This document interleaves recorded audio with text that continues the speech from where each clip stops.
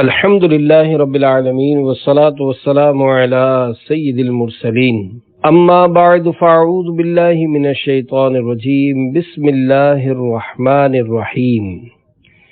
سیٹی بجانے کے احکام، دعائے عطار یا اللہ پاک۔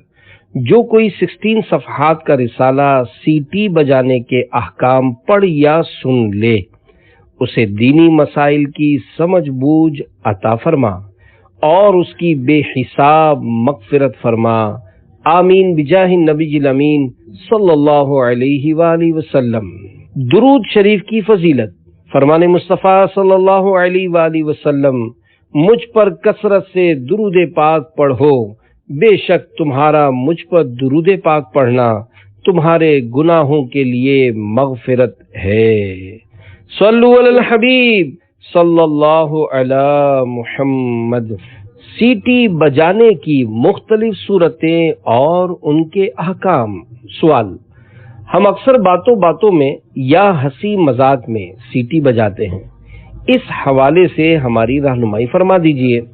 جواب: سیٹی بجانے کی مختلف صورتیں ہیں، جیسے بعض اوقات ٹریفک کا نظام چلانے کے لیے پولیس والے سیٹی بجاتے ہیں یا اس طرح کی دیگر ضروریات کے لیے سیٹی بجائی جاتی ہے، تو ضرورتاً سیٹی بجانا جائز ہے۔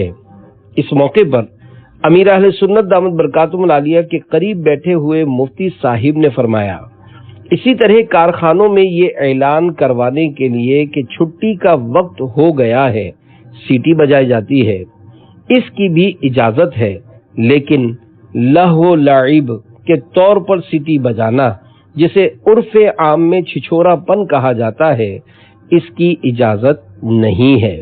اس پر امیر اہل سنت دامت برکاتہم العالیہ نے فرمایا، مہذب آدمی لہو و لعب کے طور پر سیٹی بجانے کا سوچ بھی نہیں سکتا اور نہ ہی اسے سیٹی بجانا آتی ہے۔ سیٹی ہاتھ سے بھی بجائی جاتی ہے اور یہ صرف ماہر آدمی ہی بجا سکتا ہے، عام آدمی کا کام نہیں، اور نہ ہی اسے سیٹی بجانے کی کوشش کرنی چاہیے کہ بندہ گناہ کی کوشش کیوں کرے۔ عافیت اسی میں ہے کہ بندہ سیٹی بجانے کی کوشش نہ کرے، کیونکہ اگر بجے گی تو بجانے کا شوق پیدا ہوگا کہ جسے ناچنا آتا ہے اسے ناچنے کا شوق بھی ہوتا ہے، اور جسے ناچنا نہیں آتا اس کی ناچنے سے جان چھوٹی رہتی ہے۔ بہرحال سیٹی بجانے سے متعلق باہر شریعت جلد 3 صفحہ 511 پر ہے، لوگوں کو بیدار کرنے یعنی جگانے اور خبردار کرنے کے ارادے سے بگل یعنی سیٹی بجانا جائز ہے۔ جیسے حمام میں بگل اس لیے بجائے جاتے ہیں کہ لوگوں کو اطلاع ہو جائے کہ حمام کھل گیا۔ رمضان شریف میں سحری کھانے کے وقت بعض شہروں میں نقارے بجتے ہیں، جن سے یہ مقصود ہوتا ہے کہ لوگ سحری کھانے کے لیے بیدار ہو جائیں اور انہیں معلوم ہو جائے کہ ابھی سحری کا وقت باقی ہے۔ یہ جائز ہے کہ یہ صورت لہو و لعب میں داخل نہیں۔ ایک طرفہ ڈھول کو نکارہ کہتے ہیں، مثلا اگر کسی گلاس وغیرہ پر ایک طرف چمڑا چڑھا لیا جائے تو وہ نکارہ کہلائے گا، اور اگر دونوں طرف چمڑا ہو تو ڈھول۔ اب شاید ہی کہیں نکارے بجتے ہوں، کیونکہ الیکٹرانک سسٹم ہر جگہ پہنچ چکا ہے۔ بہرحال اگر نکارہ میوزک والے انداز میں نہ بجایا جائے اور اس سے مخصوص سحری کے لیے لوگوں کو جگانا اور یہ اطلاع دینا ہو کہ سحری کا وقت ہو گیا ہے یا سحری کا وقت ابھی باقی ہے، تو نکارہ بجانا جائز ہے۔ اسی طرح کارخانوں میں کام شروع اور ختم ہونے کے وقت سیٹی بجا کرتی ہے، یہ جائز ہے کہ اس سے بھی لہو و لعب مقصود نہیں ہوتا، بلکہ اطلاع دینے کے لیے یہ سیٹی بجائی جاتی ہے۔ یوں ہی ریل گاڑی کی سیٹی سے بھی مقصود یہی ہوتا ہے کہ لوگوں کو معلوم ہو جائے کہ گاڑی چھوٹ رہی ہے، یا اسی قسم کے دوسرے صحیح مقصد کے لیے سیٹی دی جاتی ہے، یہ بھی جائز ہے۔ کبوتر اڑانے کے لیے سیٹی بجانا کیسا؟ سوال: شہروں اور دیہاتوں میں شام کے وقت کبوتر اڑائے جاتے ہیں، تو اس موقع پر سیٹی بجانا کیسا ہے؟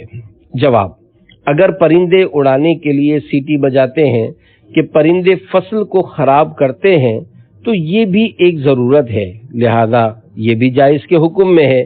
رہی بات کبوتر اڑانے کے لیے سیٹی بجانے کی، تو یہ کبوتر اڑاتے نہیں، انہیں ستاتے ہیں۔ کبوتر اڑانے والے کبوتروں کو اترنے نہیں دیتے، ان کو تھکاتے اور بھوکا رکھتے ہیں، یہاں تک کہ بعض اوقات کبوتر بھوک سے نڈھال ہو کر نیچے گرتے ہیں، تو پرندوں کو اس طرح ستانا حرام ہے۔ کبوتر پالنے والے باقاعدہ کبوتروں کو سدھاتے ہیں اور پھر یہ کبوتر دوسرے کبوتروں کو اپنے غول میں پھنسا کر لے آتے ہیں، جنہیں یہ کبوتر والے پکڑ لیتے ہیں۔ حالانکہ اس طرح کسی اور کے کبوتر پر قبضہ جما لینا حرام ہے۔ یاد رکھیے، اگر آپ نے کبوتر کو چوری کے لیے استعمال کیا تو آپ گناہگار اور جہنم کے حقدار ہوں گے۔ جب اس طرح کبوتر اڑانا گناہ کا کام ہے تو اس کے لیے سیٹی بجانا بھی ایک گناہ کے کام کے لیے ہوگا، لہذا ایک گناہ مزید بڑھ جائے گا۔ حدیث پاک میں ہے 3 چیزیں جوا ہیں۔ نمبر 1 شرطیہ بازیاں، نمبر 2 چھوٹے چھوٹے تیروں کو پھینک کر جوا کھیلنا، اور نمبر 3 سیٹیاں بجا بجا کر کبوتر اڑانا۔ اعلیٰ حضرت امام احمد رضا خان رحمت اللہ علیہ فرماتے ہیں، کبوتر پالنا جبکہ خالی دل بہلانے کے لیے ہو اور کسی امر ناجائز کی طرف معزی یعنی لے جانے والا نہ ہو، جائز ہے، اور اگر چھتوں پر چڑھ کر اڑائے کہ مسلمانوں کی عورت پر نگاہ پڑے یا ان کے اڑانے کو کنکریاں پھینکے جو کسی کا شیشہ توڑیں، کسی کی آنکھ پھوڑیں یا پرائے کبوتر پکڑے یا ان کا دم بڑھانے اور اپنا تماشا ہونے کے لیے دن دن بھر انہیں بھوکا اڑائے، جب اترنا چاہیں نہ اترنے دے، تو ایسا پالنا حرام ہے۔ کیا درس نظامی کرنا عالم ہونے کے لیے شرط ہے؟ سوال، کیا درس نظامی کرنا عالم ہونے کے لیے شرط ہے؟ جواب، درس نظامی کرنا عالم ہونے کے لیے نہ تو شرط ہے اور نہ ہی کافی ہے، البتہ عالم بننے کا بہترین ذریعہ ضرور ہے۔ جس نے درس نظامی کی سند حاصل کر لی، اب وہ پورا عالم بھی بن گیا ہو، یہ ضروری نہیں ہے، کیونکہ 100% فرض علوم درس نظامی میں نہیں پڑھائے جاتے۔ نیز اب درس نظامی یعنی عالم کورس سمٹتا چلا جا رہا ہے، حالانکہ ایک دور میں یہی عالم کورس غالباً 16 سال میں ہوا کرتا تھا، پھر کم ہوتے ہوتے 10 سال پر آیا، پھر 8 سال کا ہوا، جو ایک عرصے تک چلتا رہا، مگر اب اسلامی بھائیوں کا 6 سال اور اسلامی بہنوں کا 5 سال کا ہو چکا ہے۔ یاد رکھیے، درس نظامی کو مجبوری کے طور پر سمیٹا گیا ہے، کیونکہ اتنے سالوں کے لیے لوگ آتے ہی نہیں ہیں۔ درس نظامی سے کئی کتابیں نکال دی گئی ہیں، یہاں تک کہ فارسی زبان جسے پہلے درس نظامی کا لازمی جز سمجھا جاتا تھا، اسے بھی نکال دیا گیا ہے۔ تو یوں بہت سی چیزیں نکالی گئی ہیں تاکہ کسی بہانے لوگ درس نظامی کرنے کی طرف راغب ہوں کہ نہ کرنے سے کرنا کروڑ درجے بہتر ہے۔ ایمان کی حفاظت کا طریقہ۔ سوال، آج کے اس گئے گزرے دور میں ایمان کی حفاظت کس طرح کی جائے؟ جواب، آج کل حالات بڑے نازک ہیں اور ایمان کی حفاظت واقعی ایک دشوار کام ہے۔ ہم مسلمانوں کے گھر میں پیدا تو ہو گئے، لیکن اب قبر میں بھی مومن ہونے کی حالت میں جائیں گے، یہ ضروری نہیں ہے۔ حدیث پاک میں یہ مضمون موجود ہے کہ ایک زمانہ ایسا آئے گا کہ بندہ صبح کو مومن اور شام کو کافر ہوگا، اور شام کو مومن اور صبح کو کافر ہوگا۔ ایمان بچانا اتنا مشکل ہوگا کہ جیسے ہتھیلی پر آگ کی چنگاری رکھنا، یعنی جس طرح ہاتھ پر چنگاری رکھنا مشکل ہے، اسی طرح ایمان بچانا بھی بہت مشکل ہے۔ ہم یہ سمجھ بیٹھے ہیں کہ ہم مسلمانوں کے گھر میں پیدا ہوئے ہیں اور ہمارا نام بھی مسلمانوں والا ہے، تو اب ہم جس کی چاہیں صحبت میں رہیں، جس کی چاہیں سنیں، اور اس طرح کی بے وقوفانہ باتیں کریں کہ سنو سب کی، کرو من کی، حالانکہ جب ہمیں اپنے حقیقی اسلام اور حقیقی عقیدے کا پتہ نہیں ہے تو پھر ہم کس طرح ہر ایک کی سن سکتے ہیں اور ہر ایک کی صحبت اختیار کر سکتے ہیں؟ صرف اور صرف ان علماء کرام کی صحبت میں رہیے کہ جو رسول اللہ صلی اللہ علیہ وآلہ وسلم کے سچے عاشق ہوں اور جن کا عقیدہ بالکل 100% درست ہو، یعنی ان کے عقیدے میں نہ تو انبیاء کرام علیہم الصلاۃ والسلام، اہل بیت اطہار اور صحابہ کرام رضی اللہ عنہم کے بارے میں کوئی کمزوری ہو، اور نہ وہ کسی صحابی کے ذرہ برابر گستاخ ہوں، نیز جو کسی بھی صحابی کی ادنا توہین کرتا ہو وہ ہمارے کسی کام کا نہیں ہے، لہذا اسے اپنی ڈکشنری سے نکال دیجئے، اس کی صحبت اختیار کرنے سے بچیے، اور اس کی سننا تو دور کی بات ہے، اسے دیکھنا بھی نہیں ہے۔ میری یہ باتیں ایمان بچانے کا سامان ہیں، تو اب اگر آپ کو میری ان باتوں پر غصہ آئے تو سمجھ لیجئے کہ آپ اپنے ہی ہاتھوں اپنے پاؤں پر کلہاڑی مار رہے ہیں۔ یاد رہے، میں آپ کے ایمان کی حفاظت اس لیے کرتا ہوں کہ میں دین کا ادنا خادم ہوں، ورنہ مجھے اس سے کوئی پیسہ نہیں ملتا۔ مجھے برے خاتمے سے ڈر لگتا ہے، اور میں بھی اپنے ایمان کی سلامتی کے لیے فکر مند ہوں کہ خدا جانے میرا کیا ہوگا۔ سبھی کو برے خاتمے سے ڈرنا چاہیے، اور اس حوالے سے خود بھی دعا کرنی چاہیے اور دوسروں سے بھی کروانی چاہیے۔ بہرحال اگر آپ اچھی زندگی گزاریں گے اور صرف عاشقان رسول کی دینی کتابیں پڑھیں گے تو انشاءاللہ خیر ہی خیر ہے، ورنہ اگر نیٹ پر سرچ کر کے یا ویسے ہی ادھر ادھر کا لٹریچر پڑھیں گے تو آپ کو پتہ بھی نہیں چلے گا اور آپ کا ایمان برباد ہو جائے گا، کیونکہ ممکن ہے کوئی غلط بات آپ کے ذہن میں بیٹھ جائے اور ایمان کو تباہ کر دے۔ عطار ہے ایمان کی حفاظت کا سوالی، خالی نہیں جائے گا یہ دربار نبی سے۔ دوران مدنی مذاکرہ تسبیح پڑھنا کیسا؟ سوال: اجتماعی مدنی مذاکرے میں بزرگ حضرات تسبیح پڑھتے رہتے ہیں، ہم انہیں کس طرح سمجھائیں؟ جواب: جو بزرگ حضرات ایسا کرتے ہیں انہیں مدنی مذاکرے کی سمجھ بھی نہیں پڑتی ہوگی کہ کیا بولا جا رہا ہے۔ ظاہر ہے جو دوران مدنی مذاکرہ تسبیح پڑھے گا وہ سن بھی نہیں پائے گا، تو یوں غلط فہمی ہو سکتی ہے، اور اس میں حلال کو حرام اور حرام کو حلال سمجھنے کا بہت زیادہ خطرہ ہے۔ نیز بعض اوقات مدنی مذاکرے میں ایمان و کفر سے متعلق باتیں ہو رہی ہوتی ہیں، اس وقت کچھ پڑھنے کے بجائے صرف کان لگا کر دھیان سے سننا چاہیے۔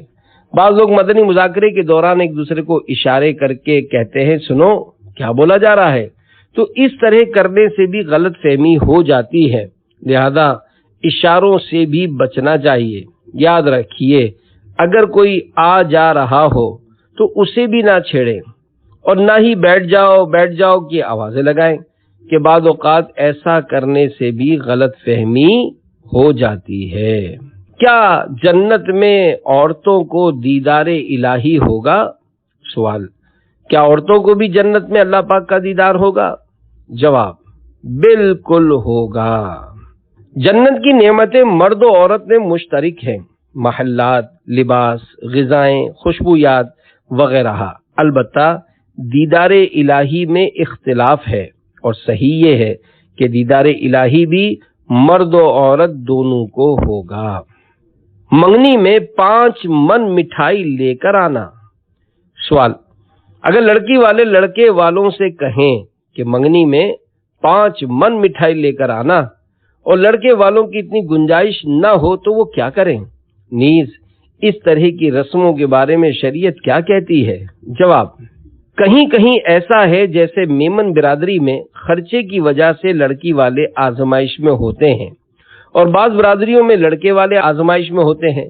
بہرحال مٹھائی نہ تو 5 من مانگی جائے نہ ہی 5 کلو، کیونکہ دینے والا اس وجہ سے دیتا ہے کہ اگر نہ دی تو شادی نہیں ہوگی، یا یہ لوگ ہماری بچی یا بچے کو تکلیف دیں گے، یا سامنے والے کے شر سے بچنا مقصود ہوتا ہے کہ نہ دینے کی صورت میں وہ ہمیں کنجوس کہیں گے، طرح طرح کی باتیں کریں گے، اور جھوٹ سچ ملا کر ہماری جگ ہنسائی کا سبب بنیں گے۔ یاد رکھیے، اس وجہ سے مٹھائی یا کوئی بھی اچھی چیز دینا رشوت کہلائے گا اور لینے والا گناہگار ہوگا۔ دینے والا چونکہ شر یا برائی سے بچنے یا اپنی عزت کی حفاظت کے لیے دے رہا ہے، اس لیے اس پر گناہگار ہونے کا حکم نہیں ہوگا۔ شادی بیاہ کی تقریب میں تاخیر کی وجہ اور اس کا حل۔ سوال: شادی کارڈ پر کھانے کا جو وقت لکھا ہوتا ہے اس وقت کے مطابق کھانا نہیں کھلایا جاتا تو کیا یہ وقت لکھنا جھوٹ میں شمار ہوگا؟ جواب: لوگ ہی نہ آئیں تو کھانا کس کو کھلائیں؟ عام طور پر لوگ وقت پر نہیں آتے، جس کی وجہ سے کھانا لیٹ ہو جاتا ہے۔ لوگوں کا یہ ذہن بن گیا ہے کہ اگر کارڈ پر 10 بجے کا لکھا ہے تو کھانا 11 بجے سے پہلے شروع نہیں ہوگا، لہذا اگر ہم لکھے ہوئے وقت کے حساب سے جائیں گے تو کافی دیر تک شادی ہال میں پھنسے رہیں گے۔ تو یوں اب لوگوں کی تاخیر سے آنے کی ایسی عادت بن گئی ہے کہ جس کی اصلاح بہت مشکل ہے۔ سماجی ادارے والے اگر اپنی اپنی کمیونٹی کے لوگوں کو سمجھائیں تو ہو سکتا ہے اس کا کچھ حل نکل آئے، ورنہ خالی قانون پاس کرنے سے کچھ نہیں ہوتا، کیونکہ قانون صرف تحریر میں آ جائے گا اور پھر بعد میں پتہ بھی نہیں ہوگا کہ قانون بنا بھی تھا یا نہیں، بلکہ قانون بنانے والے خود بھی اسے بھول جائیں گے۔ بہتر یہی ہے کہ ایک مجلس اس کام کے لیے بنائی جائے اور وہ یہ سارے معاملات حل کرنے کی کوشش کرے۔ جیسا کہ اگر اس ماہ ہماری برادری میں 3 شادیاں ہیں تو یہ مجلس دولہا اور دلہن میں سے ہر فریق کے پاس جائے اور ان کو محبت سے سمجھا کر اس بات پر راضی کرے کہ دولہا اتنے بجے آ جائے گا، اور دلہن والے بھی مجلس سے بولیں کہ آپ فکر نہ کریں، ہمارا کھانا دولہا والوں کے آنے سے پہلے ہی شادی ہال میں موجود ہوگا اور ہم کھانے کا انتظار نہیں کروائیں گے۔ اس طرح اگر کوئی سماجی ادارہ آگے بڑھے گا تو اس کی دیکھا دیکھی دوسرے سماجی ادارے بھی ایسا کرنے لگیں گے اور یوں نظام میں کچھ نہ کچھ بہتری آ جائے گی۔ صرف باتیں اور دیر دیر تک بحث و مباحثہ کرنے اور زبردستی کی ہمدردیاں دکھانے سے کچھ نہیں ہوگا۔ کیا غوث پاک رحمت اللہ علیہ مفتی بھی تھے؟ سوال: کیا غوث پاک رحمت اللہ علیہ مفتی بھی تھے؟ جواب: غوث پاک رحمت اللہ علیہ مجتہد مطلق یعنی حقیقی مفتی تھے۔ آپ رحمت اللہ علیہ ہمیشہ سے حنبلی تھے اور بات کو جب عین الشریعت الکبریٰ تک پہنچ کر منصب اجتہاد مطلق حاصل ہوا، مذہب حنبل کو کمزور ہوتا دیکھ کر اس کے مطابق فتویٰ دیا کہ حضور محی الدین اور دین متین کے یہ چاروں ستون ہیں، لوگوں کی طرف سے جس ستون میں ضعف آتا دیکھا اس کی تقویت فرمائی۔ مجتہد ہی اصل مفتی ہوتا ہے، اور اب جو مفتی ہیں یہ مفتیان ناقل کہلاتے ہیں، یعنی مجتہدین نے جو کچھ بیان فرمایا اس میں سے مسئلہ نکال کر ہمیں فتویٰ دیتے ہیں۔ ملفوظات غوث اعظم پر مشتمل کتاب۔ سوال: کیا اس دور میں بھی حضور غوث پاک رحمت اللہ علیہ کے ملفوظات کی کتابیں ملتی ہیں؟ اگر ملتی ہیں تو ان پر اعتبار کیا جا سکتا ہے؟ جواب: اعتبار نہ کرنے کی وجہ کیا ہے؟ حضور غوث پاک رحمت اللہ علیہ کی کتاب فتوح الغیب بہت مشہور ہے۔ اس کتاب کا کئی زبانوں میں ترجمہ کیا گیا ہے اور شیخ عبدالحق محدث دہلوی رحمت اللہ علیہ نے اس کتاب کی شرح بھی فرمائی ہے جو اردو ترجمے کے ساتھ ملتی ہے۔ یاد رہے، ترجمہ کسی عاشق غوث الاعظم کا ہی لینا چاہیے۔ فتوح الغیب حضور غوث اعظم سیدنا شیخ عبدالقادر جیلانی رحمت اللہ علیہ کی تصوف کے موضوع پر نہایت عمدہ تصنیف ہے۔ اس کتاب میں آپ رحمت اللہ علیہ نے اپنے کشف و مجاہدات سے حاصل ہونے والے دلچسپ نکات بھی بیان فرمائے ہیں۔ خاتم المحدثین شیخ عبدالحق محدث دہلوی رحمت اللہ علیہ نے مفتاح الفتوح شرح فتوح الغیب کے نام سے فارسی زبان میں اس کی شرح بھی لکھی ہے۔ معذور بچہ چلنے لگا۔ کرامت۔ سوال، حضور غوث اعظم رحمت اللہ علیہ کی کوئی کرامت بتا دیجئے۔ جواب، ایک بار کچھ ایسے لوگ جن کی سوچ اولیاء کرام رحمت اللہ علیہم کے بارے میں اچھی نہیں تھی، 2 ٹوکرے لے کر ہمارے غوث اعظم حضرت سیدنا شیخ عبد القادر جیلانی رحمت اللہ علیہ کی خدمت میں حاضر ہوئے اور پوچھا کہ ان دونوں میں کیا ہے؟ آپ رحمت اللہ علیہ نے اپنی کرسی سے اتر کر ایک ٹوکرے پر اپنا ہاتھ مبارک رکھا اور فرمایا اس میں بیمار بچہ ہے۔ پھر اپنے بیٹے حضرت سیدنا شیخ عبد الرزاق رحمت اللہ علیہ کو اسے کھولنے کا حکم دیا۔ جب وہ ٹوکرا کھولا گیا تو اس میں سے واقعی ایک بیمار بچہ نکلا جو معذور تھا۔ آپ نے اسے پکڑ کر فرمایا قم باذن اللہ، یعنی اللہ پاک کے حکم سے اٹھ، تو وہ اٹھ کھڑا ہو گیا۔ پھر آپ رحمت اللہ علیہ نے دوسرے ٹکڑے پر ہاتھ رکھ کر فرمایا اس میں صحت مند بچہ ہے۔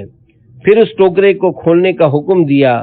جیسے ہی ٹوکرا کھولا گیا تو اس میں سے واقعی ایک صحت مند بچہ نکلا اور وہ اٹھ کر چلنے لگا۔ آپ رحمت اللہ علیہ کی یہ کرامت دیکھ کر ان لوگوں نے اپنی بری سوچ سے توبہ کر لی۔ اس حکایت سے معلوم ہوا اولیاء کرام رحمت اللہ علیہم کی بڑی شان ہوتی ہے۔ اللہ کریم نے انہیں ایسی طاقت عطا فرمائی ہے کہ وہ ٹوکرے کو کھولے بغیر یہ بتا سکتے ہیں کہ اس کے اندر کیا ہے۔ وہ جب چاہتے ہیں اللہ پاک کی عنایت سے بیمار کو اچھا کر دیتے ہیں۔ وہ شخص بہت برا ہے جو اللہ پاک کے اولیاء کرام رحمت اللہ علیہم کے بارے میں غلط سوچ رکھتا ہے۔ اللہ پاک ہمیں غلط سوچ سے بچائے، آمین۔ رحم دلی کسے کہتے ہیں؟ سوال، رحم دلی کسے کہتے ہیں، نیز کیا اس کا ثواب ہوتا ہے؟ جواب، رحم دلی یا ہمدردی کا مطلب ہے لوگوں پر ترس آنا یا ان پر رحم کرنا اور ظلم نہ کرنا۔ جو اللہ پاک کی رضا کے لیے کسی پر رحم کرے گا اسے ثواب ملے گا اور اللہ پاک اس پر رحم فرمائے گا۔ حضرت سیدنا عبداللہ بن عمرو رضی اللہ عنہما سے روایت ہے، حضور اقدس صلی اللہ علیہ وآلہ وسلم نے ارشاد فرمایا، رحم کرنے والوں پر رحمان رحم فرماتا ہے، تم زمین والوں پر رحم کرو، آسمانوں کی بادشاہت کا مالک تم پر رحم کرے گا۔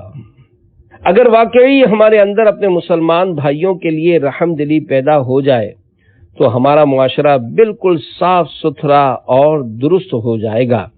آج گھر گھر میں ظلم کی آندھیاں چل رہی ہیں، لڑائی جھگڑے، ایک دوسرے کی بے عزتی کرنا، برا بھلا بولنا اور ستانا عام ہو چکا ہے۔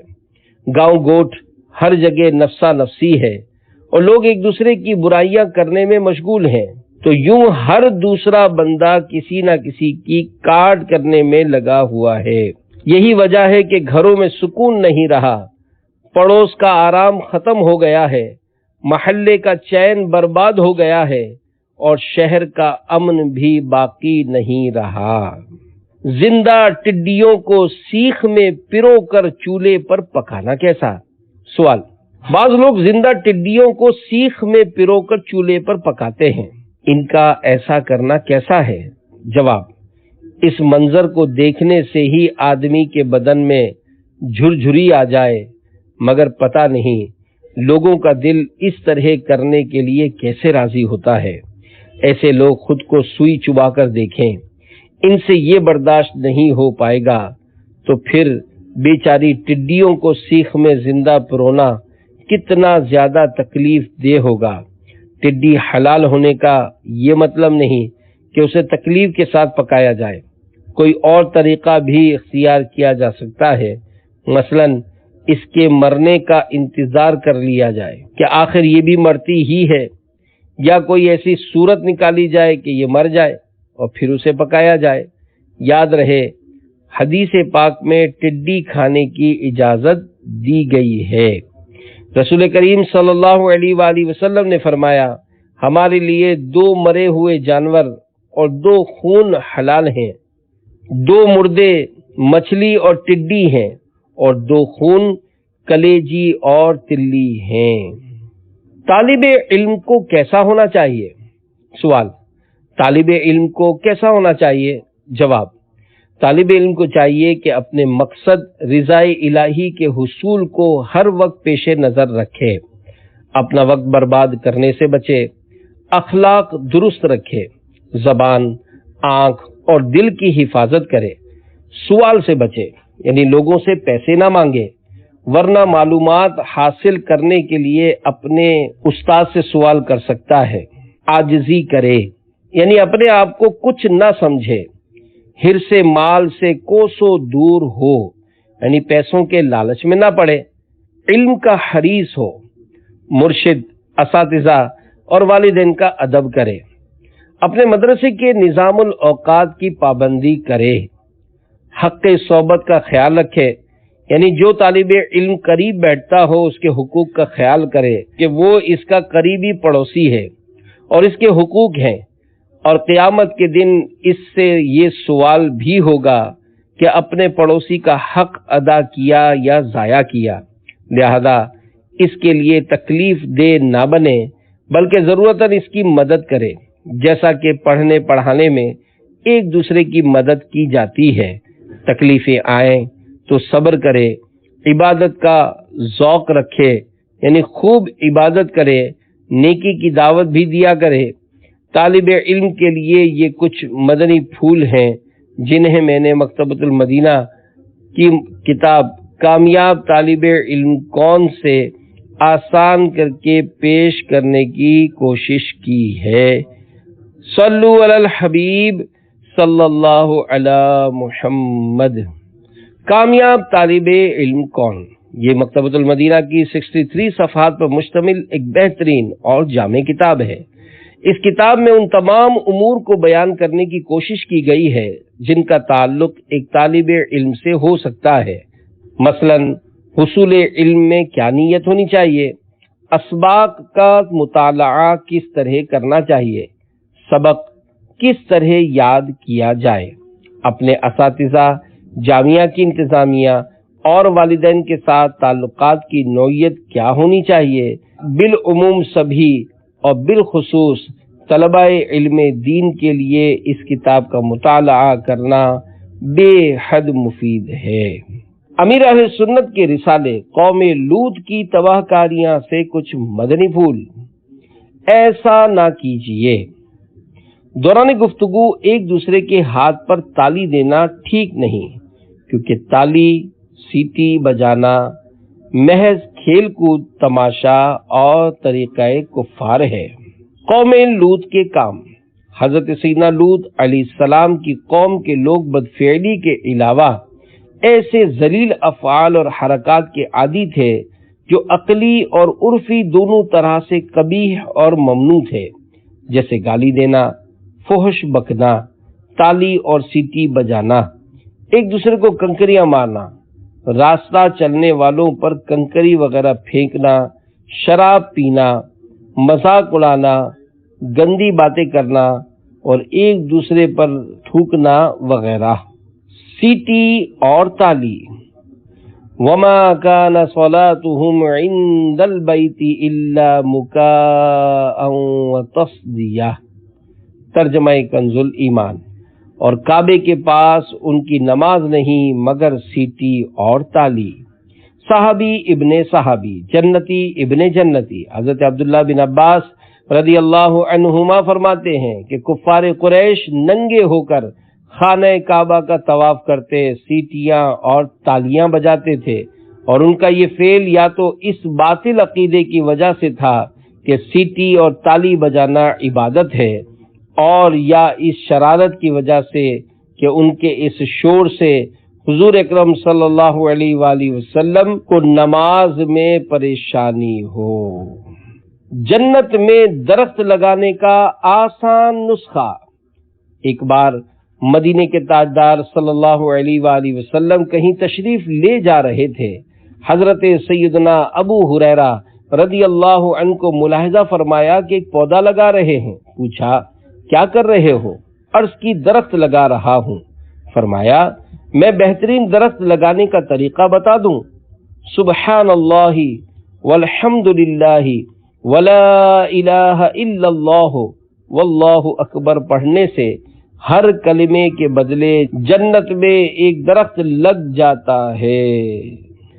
صلو علی الحبیب صلی اللہ علی محمد۔